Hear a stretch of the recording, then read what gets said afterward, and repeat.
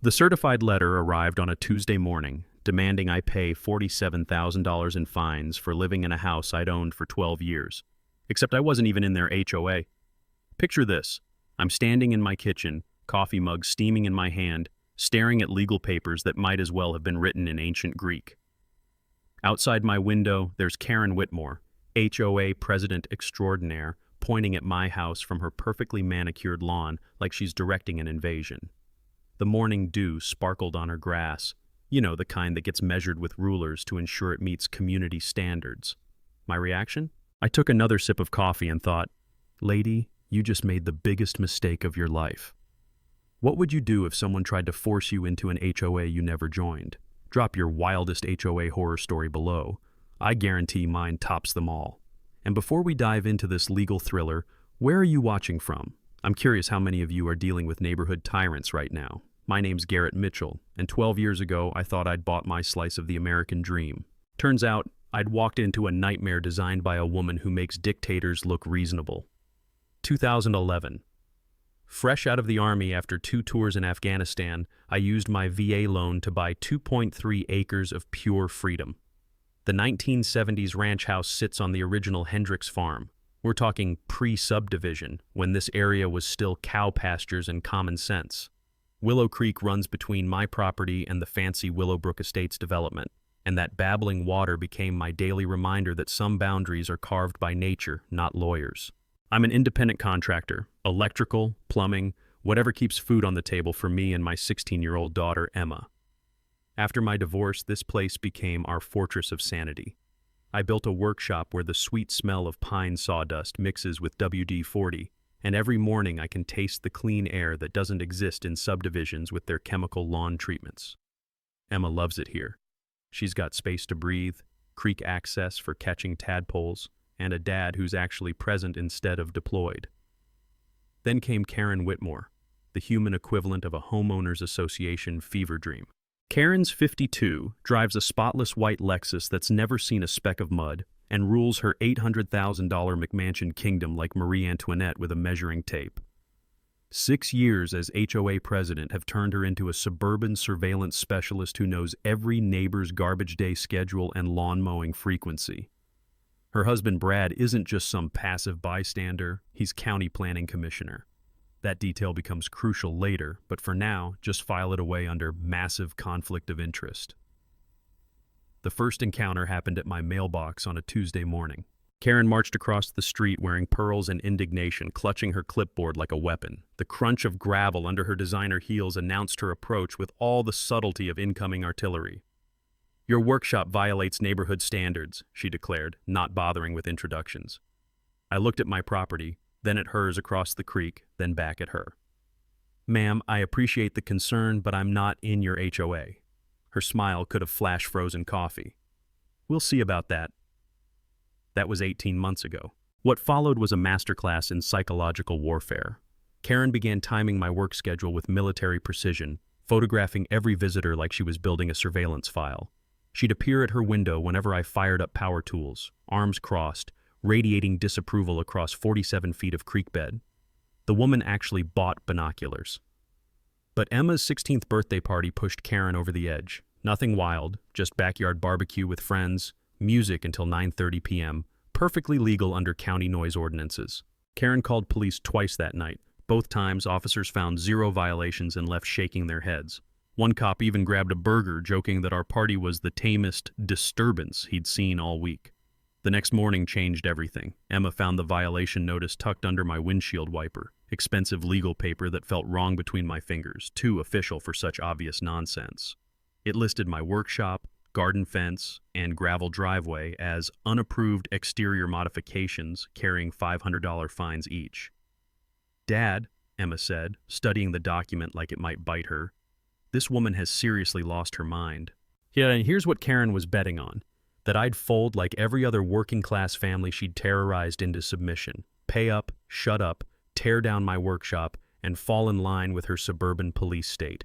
She'd done her homework on intimidation tactics but failed Basic Research 101. Because if Karen had bothered checking county records, she'd have discovered something that would have saved everyone 18 months of legal warfare: My property was intentionally excluded from her HOA for reasons that would eventually destroy her entire empire. But narcissists don't research, they just attack.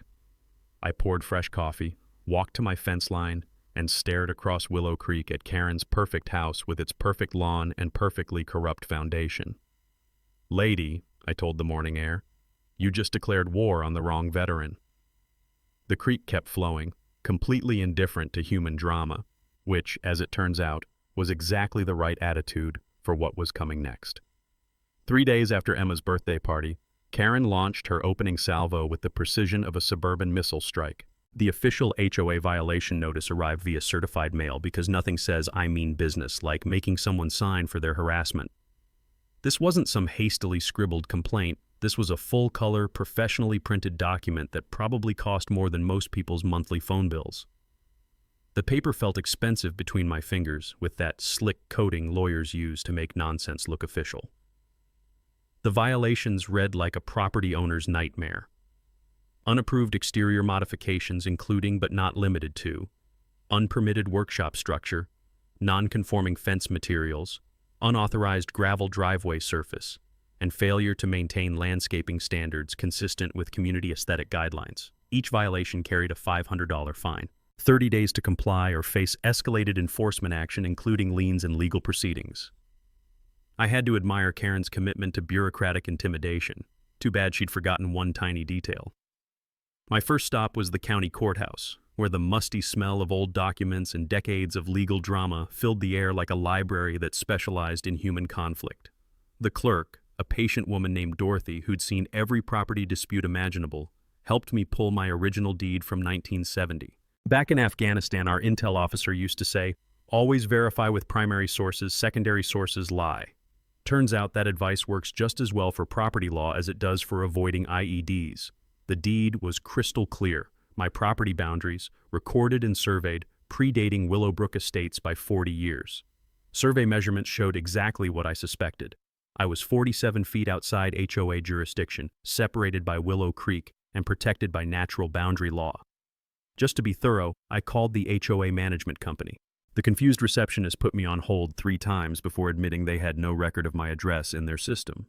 "Sir, if you're not in our database, you're not in our HOA," she said, like she was explaining basic math to a kindergartner. I should have known Karen wouldn't accept reality gracefully. 2 days later, she showed up at my door with reinforcements. Her brother-in-law, Rick, a part-time surveyor whose biggest qualification seemed to be owning an orange vest and a measuring tape. The smell of Rick's cheap cologne mixed with Karen's desperation as they stood on my porch, trying to look official while spouting complete nonsense about adverse creek migration and updated boundary assessments. Here was Karen's first real tactical error. She claimed the creek boundary had shifted over time and demanded access to re-establish proper property lines. "Ma'am," I said, holding up my county-certified survey, "water doesn't move property lines. That's not how law works." Karen's face flushed red. "We'll see what my attorney says about that." But here's where Karen made her fatal mistake. She'd tipped her hand about hiring lawyers before she'd done her homework. While she was busy playing property line police, I was discovering something explosive about Willowbrook Estates' founding. Mrs. Patterson, my 83-year-old neighbor who remembered when this area was still cow pastures, invited me over for coffee and the kind of gossip that changes legal cases. Her kitchen smelled like vanilla and justice as she laid out the real story. "Strangest thing," she said, stirring sugar into her cup with the slow precision of someone who'd outlived 3 HOA presidents.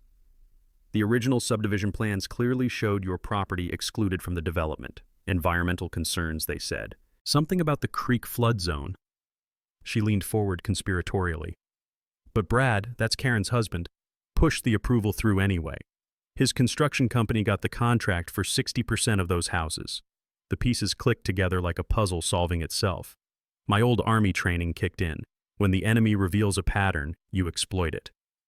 The next violation notice arrived a week later, this time claiming my property created a nuisance affecting community property values. Karen had escalated from fines to threats, warning about liens and foreclosure proceedings. She'd also apparently hired Pembroke and Associates, the kind of law firm that advertises on billboards and charges by the intimidation factor. But Karen's intimidation campaign had backfired spectacularly. She'd created her own resistance movement. The Kowalski family approached me at the grocery store, speaking in hushed tones like we were planning a revolution in the produce aisle. They'd been forced to remove their kid's swing set because it violated aesthetic guidelines, $8,000 in modifications to satisfy Karen's suburban dictatorship. "She told us we could face legal action if we didn't comply," Mrs. Kowalski whispered. "We couldn't afford to fight it." Mrs. Patterson mentioned the Rodriguez family, who'd moved away after Karen's harassment escalated to calling their employer. A pattern emerged. Karen targeted working families who couldn't afford extended legal battles, while mysteriously ignoring violations by wealthier neighbors. The beautiful irony? While Karen was busy hiring expensive lawyers and printing color violation notices, she was actually building my case for me. Every interaction, every phone call, every attempt at intimidation was being quietly documented. The creek kept flowing between our properties, marking a boundary that no amount of legal bluffing could change. Karen thought she was fighting a simple property dispute. She had no idea she'd just handed me the ammunition to destroy her entire empire. Karen's next move came with all the subtlety of a sledgehammer wrapped in legal letterhead. 2 weeks after my courthouse visit, a thick envelope from Pembroke and Associates landed in my mailbox with the weight of expensive intimidation. The cease and desist letter was a masterpiece of legal theater, 4 pages of whereases and heretofores demanding I immediately stop all unauthorized activities and submit to HOA jurisdiction. But here's where Karen revealed she'd been watching too many legal dramas. The letter claimed my property created a continuing nuisance affecting HOA home values and demanded I grant them access to install proper boundary markers on my land. The audacity was breathtaking. She wanted permission to trespass so she could prove I was trespassing. I'd seen this playbook before. In the Army, we called it escalation through paperwork. When someone can't win through legitimate channels, they bury you in official-looking nonsense hoping you'll surrender from exhaustion. My response was swift and surgical. I contacted Janet Reeves, a local attorney who specialized in veterans' rights and had a reputation for eating bullies for breakfast. Janet took one look at Karen's legal threat and actually laughed out loud, not the reaction expensive lawyers usually inspire. "Garrett," she said, her office smelling like leather-bound law books and righteous indignation, "this woman just handed us a harassment case on a silver platter." Janet's counter cease and desist was poetry in legal form. 3 paragraphs citing property rights law, harassment statutes, and a warning that further contact would result in immediate legal action. She also included a helpful reminder that demanding access to private property without legal authority is called attempted trespass.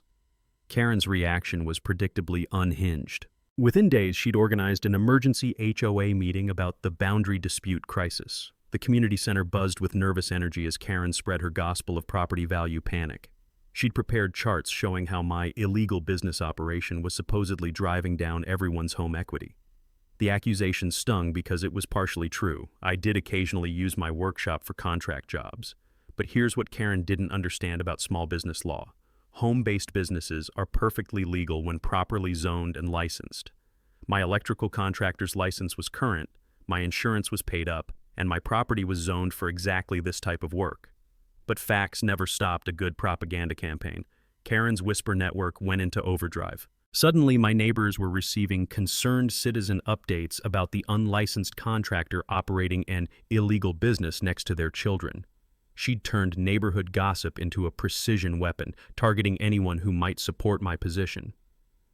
The pressure campaign escalated when county code enforcement showed up at my door. Not randomly, but in response to multiple anonymous complaints about zoning violations. The inspector, a weary man named Phillips who'd clearly seen this dance before, spent 30 minutes confirming what I already knew. Everything was legal, licensed, and properly permitted. "Off the record," Phillips said as he packed up his clipboard, "whoever's filing these complaints is wasting everyone's time. Your setup is cleaner than most commercial operations I inspect." But Karen wasn't done with her surveillance operation. My security cameras, installed after the first violation notice, captured something incredible. Karen's brother-in-law, Rick, creeping around my property at dawn, placing orange survey stakes in strategic locations. The footage showed him measuring distances with a tape measure, then deliberately positioning markers to make it appear my workshop encroached on HOA territory.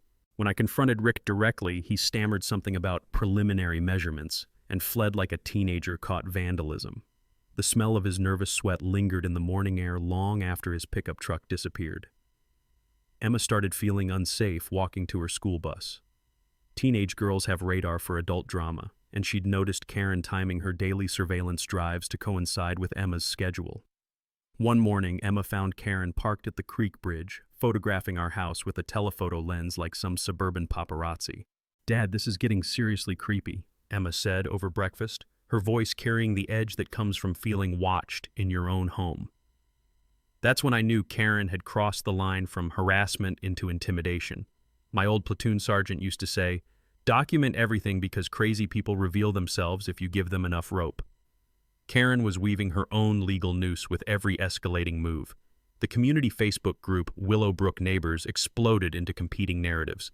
Karen's supporters posted about property values and community standards, while a growing number of residents shared their own stories of HOA harassment. The comment threads read like a civil war fought in emoji and passive-aggressive suburbanite language. But the most revealing moment came when Mrs. Patterson quietly mentioned she'd been recording Karen's meetings for years, just in case someone needed evidence of the HOA president's true character. "Honey," she said, pouring tea with the steady hands of someone who'd survived 8 decades of neighborhood drama, "I've got recordings that would curl your hair." That's when I realized Karen hadn't just picked a fight with me. She'd accidentally declared war on the entire neighborhood's collective memory of her abuse. The creek kept flowing, indifferent to human stupidity, while Karen built the case against herself one paranoid move at a time.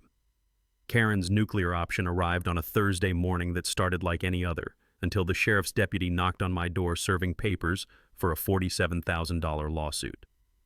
The complaint read like a fever dream written by someone who'd overdosed on legal television. Karen wasn't just demanding accumulated fines anymore. She was claiming I'd somehow agreed to HOA membership by the simple act of owning property within a 5-mile radius of her subdivision. The lawsuit demanded immediate compliance with all HOA regulations, an injunction preventing any further property modifications, and enough legal fees to buy a decent car. Sitting in Janet's office, the morning sunlight streaming through windows that had probably witnessed 1,000 property disputes, I watched my attorney's expression shift from professional concern to barely contained rage. "Garrett," Janet said, flipping through pages of Karen's legal fiction, "this woman is either completely delusional or running the most expensive bluff in county history." But Janet's deep dive into Karen's background revealed something far more sinister than delusion. Court records showed Karen had filed 6 previous boundary disputes over the past decade. 3 families had moved away rather than fight expensive legal battles. The Rodriguez family, the ones Mrs. Patterson mentioned, had actually lost their home to foreclosure after legal fees mounted beyond their ability to pay. Karen wasn't just a neighborhood nuisance. She was a serial predator who targeted working-class families with surgical precision. The pattern was chilling. Identify families who couldn't afford extended litigation, manufacture violations, escalate legal pressure until they either complied or fled. Wealthy neighbors mysteriously never faced the same scrutiny for identical violations. While I was processing the scope of Karen's operation, she launched her media offensive with the coordination of a political campaign. Local TV news received calls about a property value crisis, threatening responsible homeowners. Karen staged photo ops showing herself maintaining community standards, while pointing dramatically at my workshop like it was a nuclear waste facility. The Channel 7 story aired with the headline, "HOA Battle Divides Neighborhood," featuring Karen in her best pearls explaining how one person's refusal to follow rules was destroying property values for hardworking families.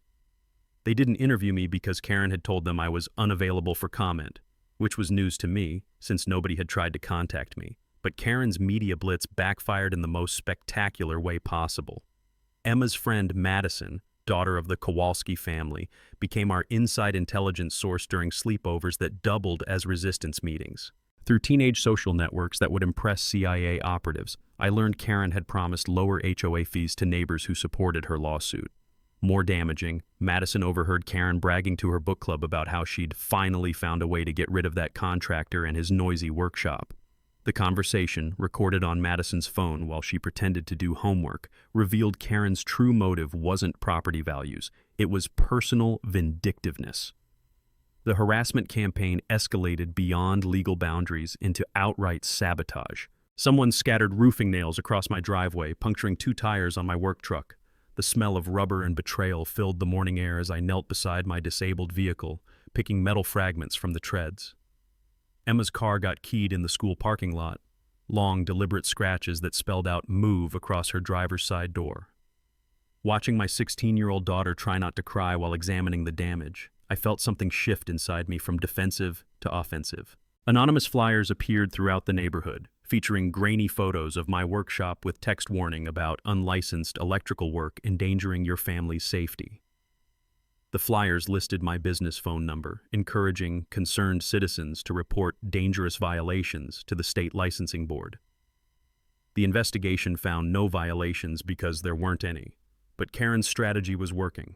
Several of my regular clients received warning calls about hiring unlicensed contractors. My business income dropped 30% as nervous customers chose other electricians rather than risk involvement in neighborhood drama. During one particularly surreal evening, I caught Karen parked across the creek with binoculars, timing my work schedule with military precision. When our eyes met through her lenses, she didn't even have the decency to look embarrassed, just wrote something on her clipboard and drove away. The psychological pressure was designed to break me, but Karen had made one critical miscalculation. She'd never fought someone who'd survived actual combat stress. Compared to insurgent attacks in Afghanistan, suburban psychological warfare felt like performance art. Janet's research uncovered the smoking gun that would change everything. Original county planning documents from 2009 that explicitly recommended excluding my property from the subdivision due to creek flood zone regulations.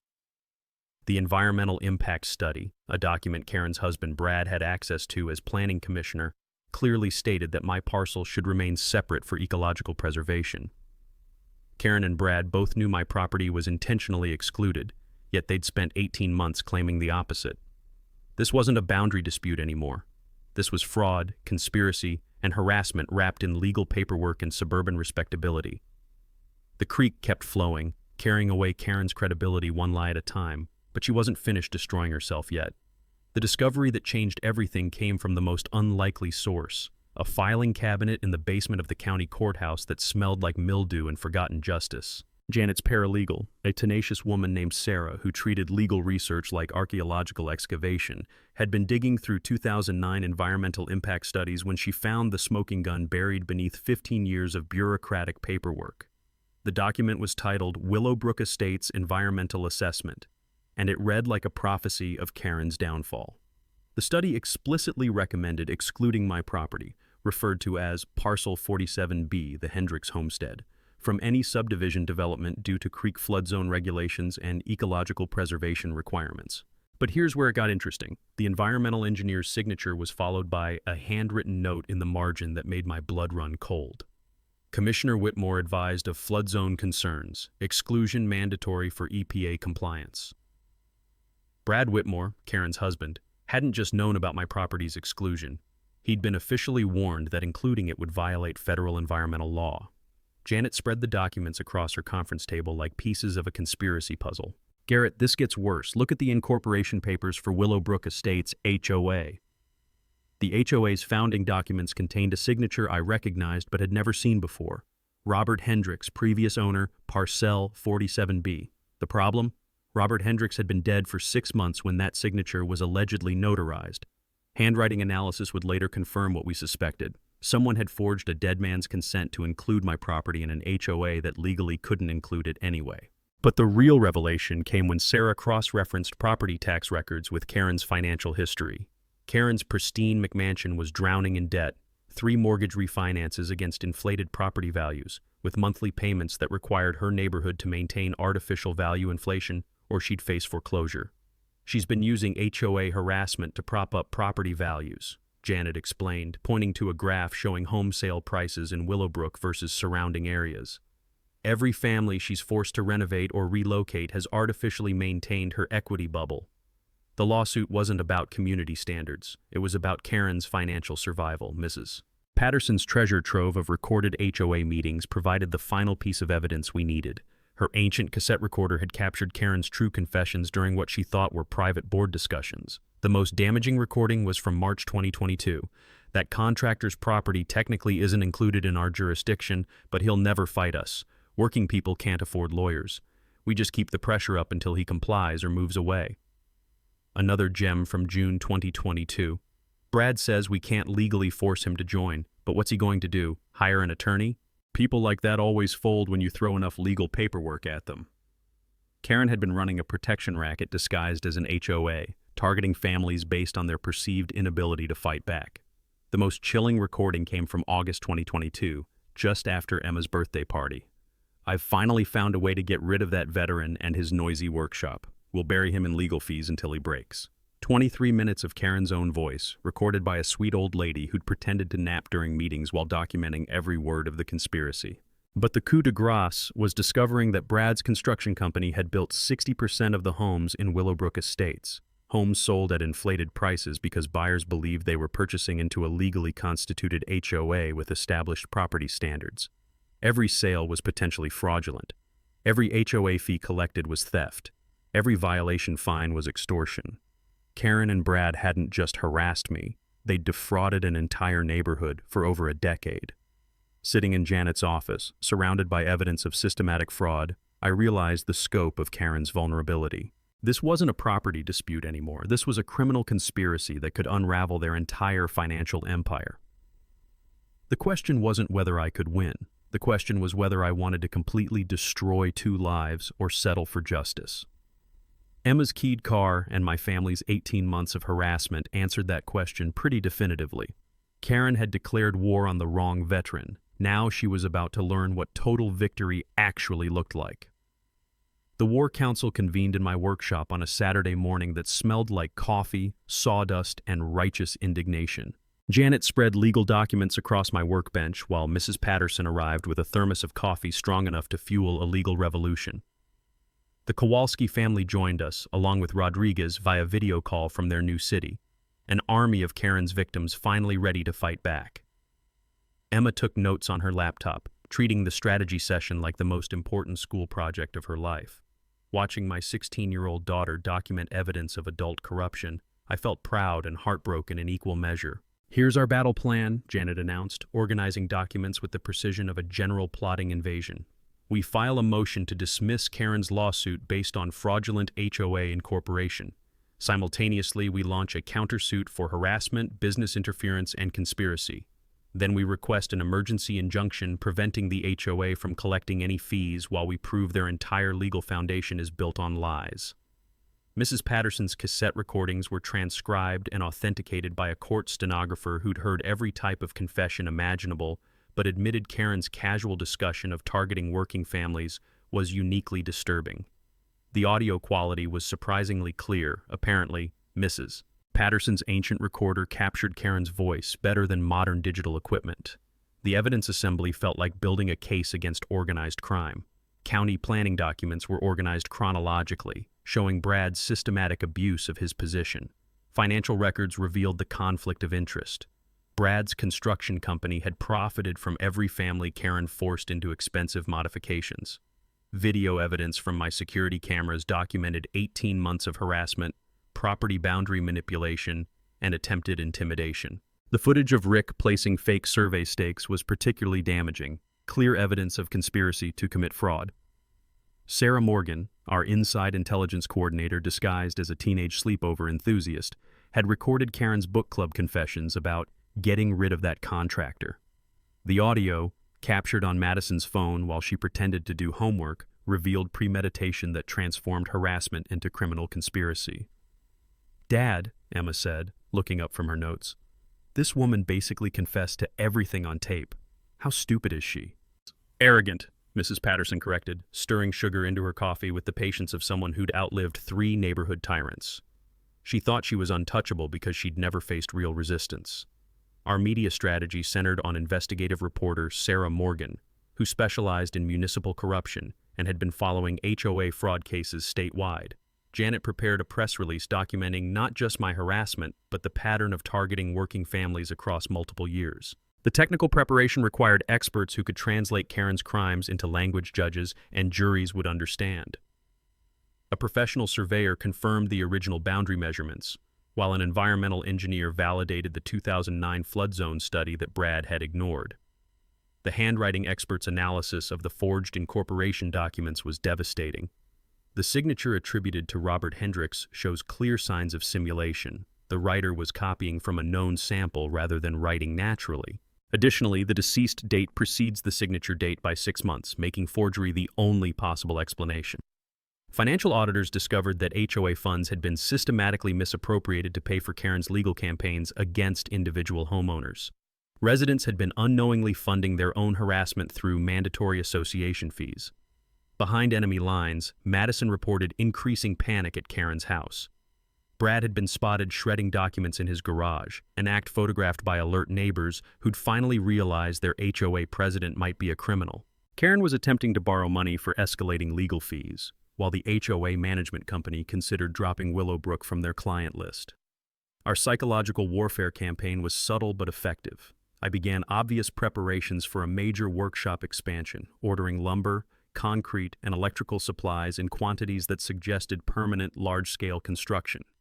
The building permits were perfectly legal and properly filed, but Karen's visible blood pressure spikes during her daily surveillance drives suggested the strategy was working. Local support materialized from unexpected sources. The electricians' union offered financial backing for their members' harassment case. Veterans organizations provided legal fund donations after learning about military family targeting. The environmental group became interested in creek protection angles, while 3 current HOA board members privately indicated willingness to testify against Karen's leadership. The most valuable intelligence came from understanding HOA transparency laws that Karen had been violating for years. Most residents didn't know they had legal rights to inspect financial records, review board meeting minutes, and challenge assessments through state sunshine laws. Here's what Karen never understood, Janet explained, organizing our attack strategy. HOA boards must provide complete financial transparency to homeowners. Every secret assessment, every legal fee, every consulting contract is public record that members can demand to see. By Sunday evening, our workshop had been transformed into a legal command center. Evidence boxes lined the walls, expert testimony was scheduled, and our media campaign was ready to launch. Emma looked up from her laptop where she'd been researching similar cases nationwide. "Dad, Karen's not just going to lose this lawsuit, she's going to jail, isn't she?" The creek bubbled its approval outside, flowing toward Karen's house where justice was about to flood her perfect suburban kingdom. War was coming to Willowbrook Estates, and Karen had provided all the ammunition we needed. Karen's desperation reached new heights when she showed up at my door on a Tuesday evening with an offer that reeked of panic and cheap perfume. "Let's be reasonable adults about this," she said, clutching a folder like it contained the secrets of suburban diplomacy. "I'm prepared to settle this whole misunderstanding for $15,000, a fraction of what you owe, really." Standing on my porch in her designer blazer, Karen looked like a real estate agent trying to sell swampland to tourists. The irony wasn't lost on me. The woman who'd demanded $47,000 in fraudulent fines was now begging me to accept a generous settlement that would still cost me more than my truck was worth. "Ma'am," I replied, leaning against my doorframe with the casual confidence of someone holding all the cards, "I don't negotiate with extortionists." Her smile cracked like cheap paint in summer heat. "You'll regret this decision, Mr. Mitchell." Karen's retreat into personal warfare marked the beginning of her most destructive phase. Within days, whispers began circulating through neighborhood social media about my military service. Anonymous posts suggested I was a dangerous veteran with PTSD who posed a safety risk to neighborhood children. The accusation hit like a punch to the gut, not because it was true, but because it weaponized prejudice against veterans while attacking my relationship with Emma. Anyone who knew me understood I was about as dangerous as a golden retriever with a tool belt, but Karen was counting on fear overriding facts. The sabotage campaign escalated beyond psychological warfare into actual destruction. Someone cut my workshop's main power line with bolt cutters, leaving the severed cable dangling like a severed nerve. The acrid smell of electrical burning filled the morning air as I surveyed damage that could have caused a fire if I hadn't caught it early. My security cameras captured everything. A figure in dark clothing approaching at 3 a.m., cutting the line, then fleeing toward the creek. The video was too grainy for positive identification, but the timing coincided perfectly with Karen's settlement rejection. 2 days later, Emma discovered nails scattered across our driveway in a pattern designed to puncture tires. The deliberate placement, concentrated near the garage where we'd naturally drive, showed premeditation that transformed vandalism into assault on our daily lives. "Dad, I'm scared," Emma admitted while we swept metal fragments from the asphalt. "What if she escalates to something worse?" That's when I made the decision to temporarily move Emma to Mrs. Patterson's house for her safety. Watching my daughter pack clothes because of neighborhood terrorism filled me with a rage that made Afghanistan deployments seem peaceful by comparison. County Building Inspector Phillips showed up for another random safety check, the third in 2 months. His weary expression suggested he knew exactly who was filing these bogus reports. "Mr. Mitchell," he said, clipboard in hand, but voice sympathetic. "I've inspected your property more times than some commercial facilities. Everything's perfect, as usual. Whoever's calling these complaints in is wasting taxpayer money." But Karen's harassment network extended beyond anonymous phone calls. Several of my regular contracting clients received concerned citizen warnings about hiring unlicensed contractors under investigation. The calls were professionally scripted, mentioning specific job sites and claiming knowledge of safety violations that didn't exist. My business income dropped 40% as nervous customers chose other electricians rather than risk involvement in what appeared to be regulatory problems. Karen was systematically destroying my livelihood while hiding behind anonymous accusations. The psychological warfare reached new depths when I caught Karen parked across the creek with professional-grade surveillance equipment. Binoculars, telephoto camera, notebook. She'd transformed stalking into a suburban intelligence operation. When I walked to my fence line and waved, she didn't retreat, but instead took photographs of me photographing her. Brad's panic was more visible but equally destructive. Neighbors reported seeing him burning documents in his backyard fire pit, filling the evening air with smoke that smelled like secrets going up in flames. The county ethics investigation into his conflict of interest was accelerating, and his desperate evidence destruction was being documented by the same neighbors he'd helped Karen terrorize. Emma's friend Madison provided regular intelligence updates about increasing chaos at Karen's house. Shouting matches between Karen and Brad, visits from expensive lawyers, and phone calls that ended with Karen screaming about ungrateful neighbors and conspiracy theories. "Madison says Karen's been crying a lot," Emma reported during one of our evening check-ins. "She keeps saying everyone's ganging up on her unfairly." The beautiful irony was that Karen's escalating desperation was providing evidence for every charge we planned to file.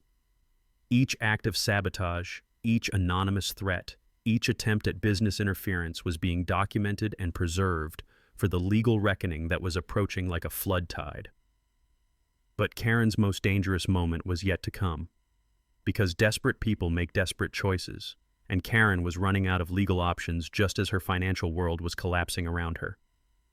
The creek kept flowing toward her house, carrying the scent of justice that she could probably smell but refused to acknowledge. Some people learn from their mistakes.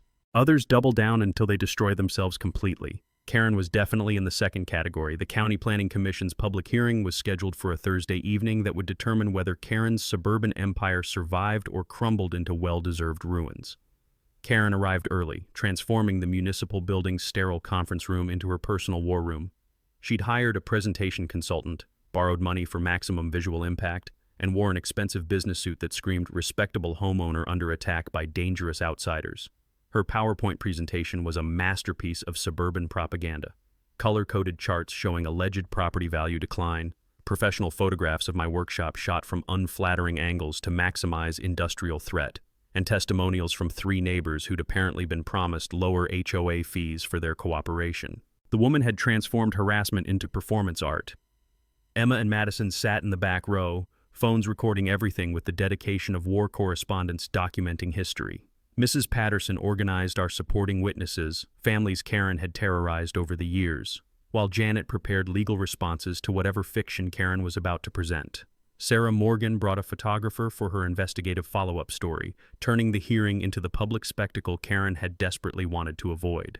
The smell of nervous sweat and desperate ambition filled the room as Karen realized her private harassment campaign was about to become front-page news.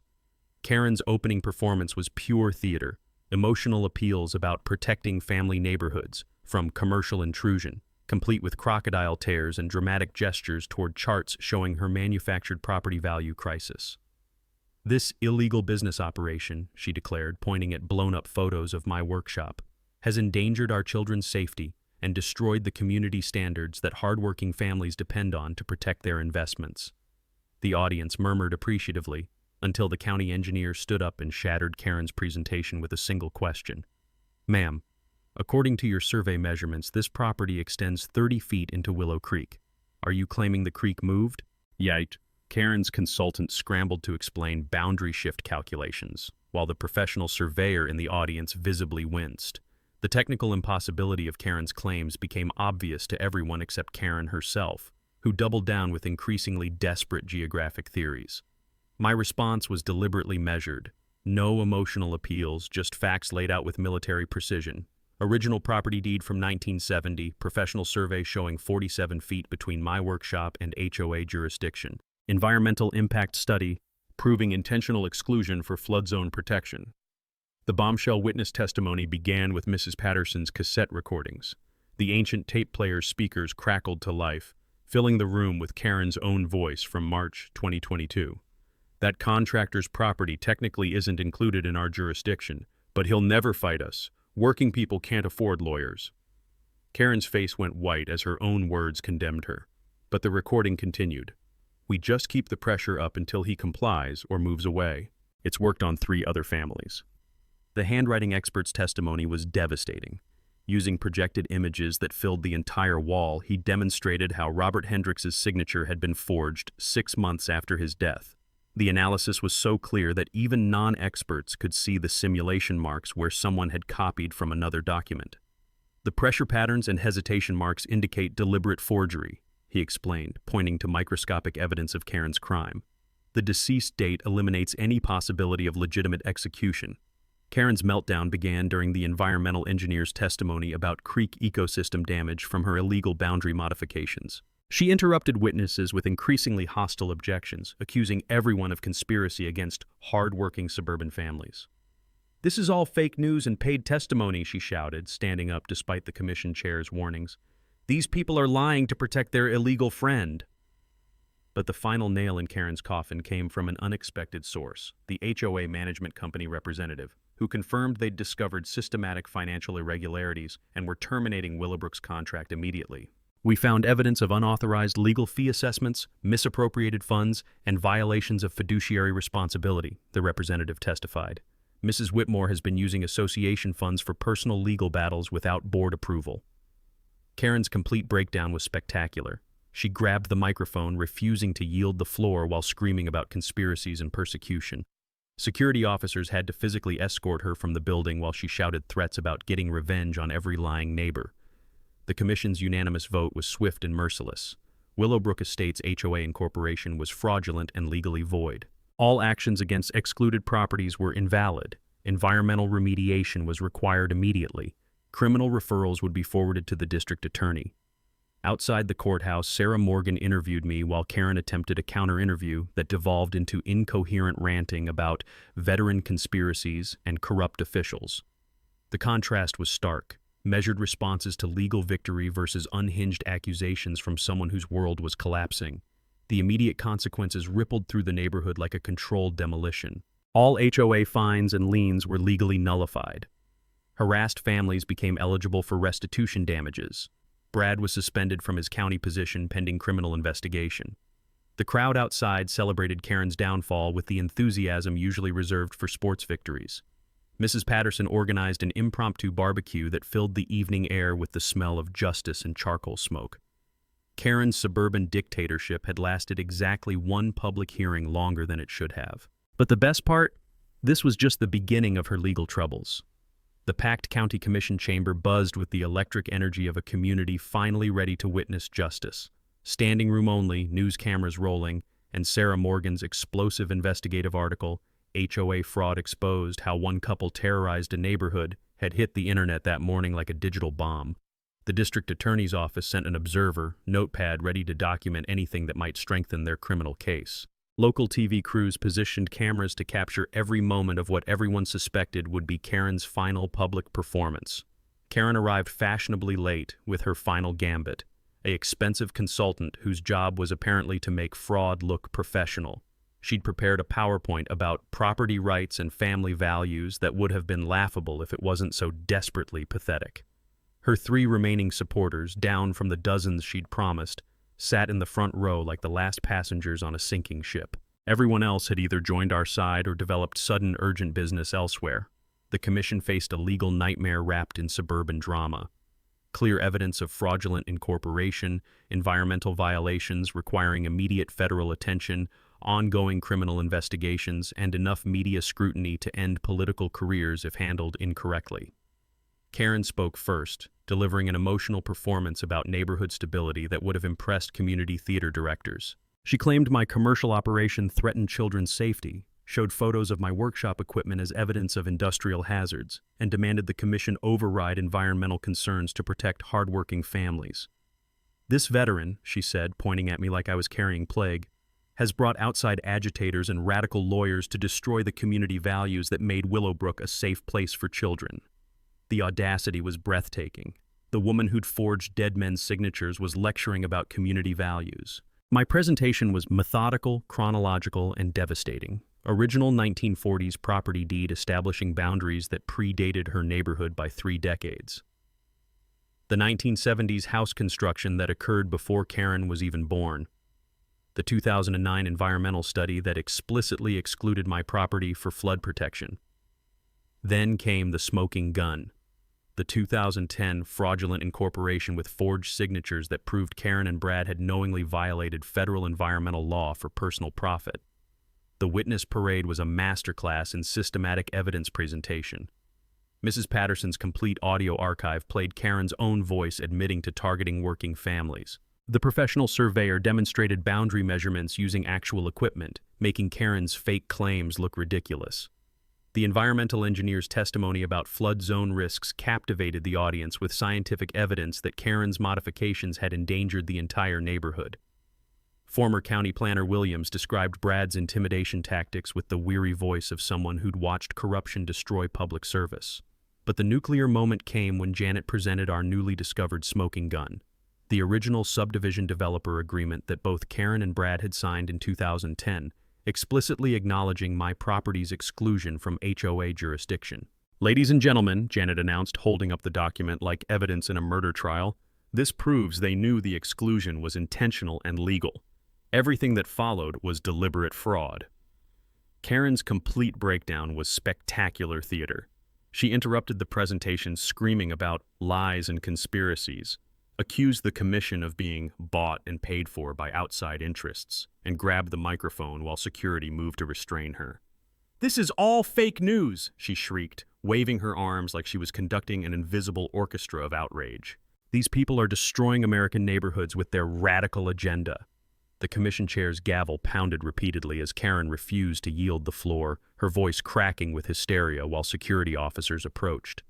The final image of her HOA presidency was being physically escorted from a public building while shouting incoherent threats about getting revenge on every traitor neighbor. The unanimous vote was swift and merciless. Willowbrook Estates HOA incorporation was fraudulent. All actions against excluded properties were legally void. Environmental remediation was mandatory for creek protection. Criminal referrals were forwarded immediately to the district attorney.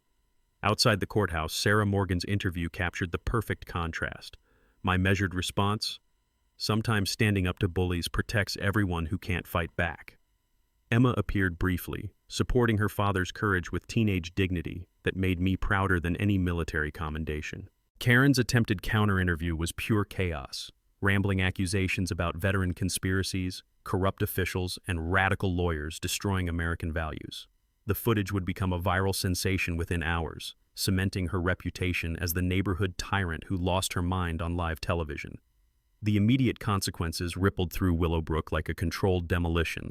All HOA fines and liens were legally nullified. Harassed families became eligible for substantial restitution damages. Brad faced suspension from his county position and probable criminal charges. The crowd outside celebrated with the enthusiasm of people who'd finally seen justice triumph over petty tyranny. Mrs. Patterson organized an impromptu barbecue that filled the evening air with smoke and satisfaction. The creek bubbled its approval, flowing past Karen's house where for sale signs would appear within the week. But the sweetest moment came when Emma hugged me outside the courthouse, whispering, "Dad, you didn't just win. You saved everyone." Sometimes the good guys actually do win, and sometimes it happens on live television. 6 months after Karen's spectacular courtroom breakdown, justice arrived with the beautiful sound of handcuffs clicking and bank accounts being seized. Karen and Brad both faced multiple felony charges that read like a masterclass in suburban corruption: fraud, conspiracy, harassment, and document forgery. The district attorney, energized by undeniable evidence and public outrage, pushed for maximum penalties that would echo through HOA boardrooms statewide. Karen's plea bargain was poetry in legal form: 18 months probation, full restitution to every family she'd terrorized, community service cleaning the very creek she'd tried to destroy, and a lifetime ban from serving on any HOA board.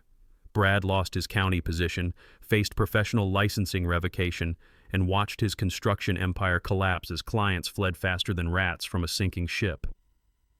My countersuit settlement, let's just say Emma's college fund went from community college maybe to any university she wants. 3 other families received enough restitution to erase years of forced modifications and emotional trauma. But the real victory was watching Willowbrook transform from a surveillance state into an actual community. The neighborhood reorganized as the voluntary Willowbrook Neighbors Association, with Mrs. Patterson as our unanimously elected president. Her first act? Establishing the annual Willow Creek Environmental Festival, where families gather to celebrate conservation instead of measuring grass height with rulers. My workshop became community headquarters, where the smell of coffee mingles with sawdust and genuine laughter. We plan charity drives, organize youth baseball teams, and hold monthly potlucks that would have given Karen stress ulcers. Emma loves hosting her friends here, their voices filling spaces that once echoed with tension and fear. The environmental restoration exceeded everyone's dreams. Great blue herons returned to the creek for the first time in decades, their majestic calls replacing Karen's shrill complaints. River otters play in water that runs clean again, while kingfishers dive for fish that thrive without chemical runoff from obsessively maintained lawns. The ripple effects spread far beyond our neighborhood. Sarah Morgan's investigation uncovered 12 other fraudulent HOA incorporations across 3 states. The resulting legislation, dubbed the Willowbrook Act, requires independent oversight for all new HOA formations and mandatory financial transparency for existing boards.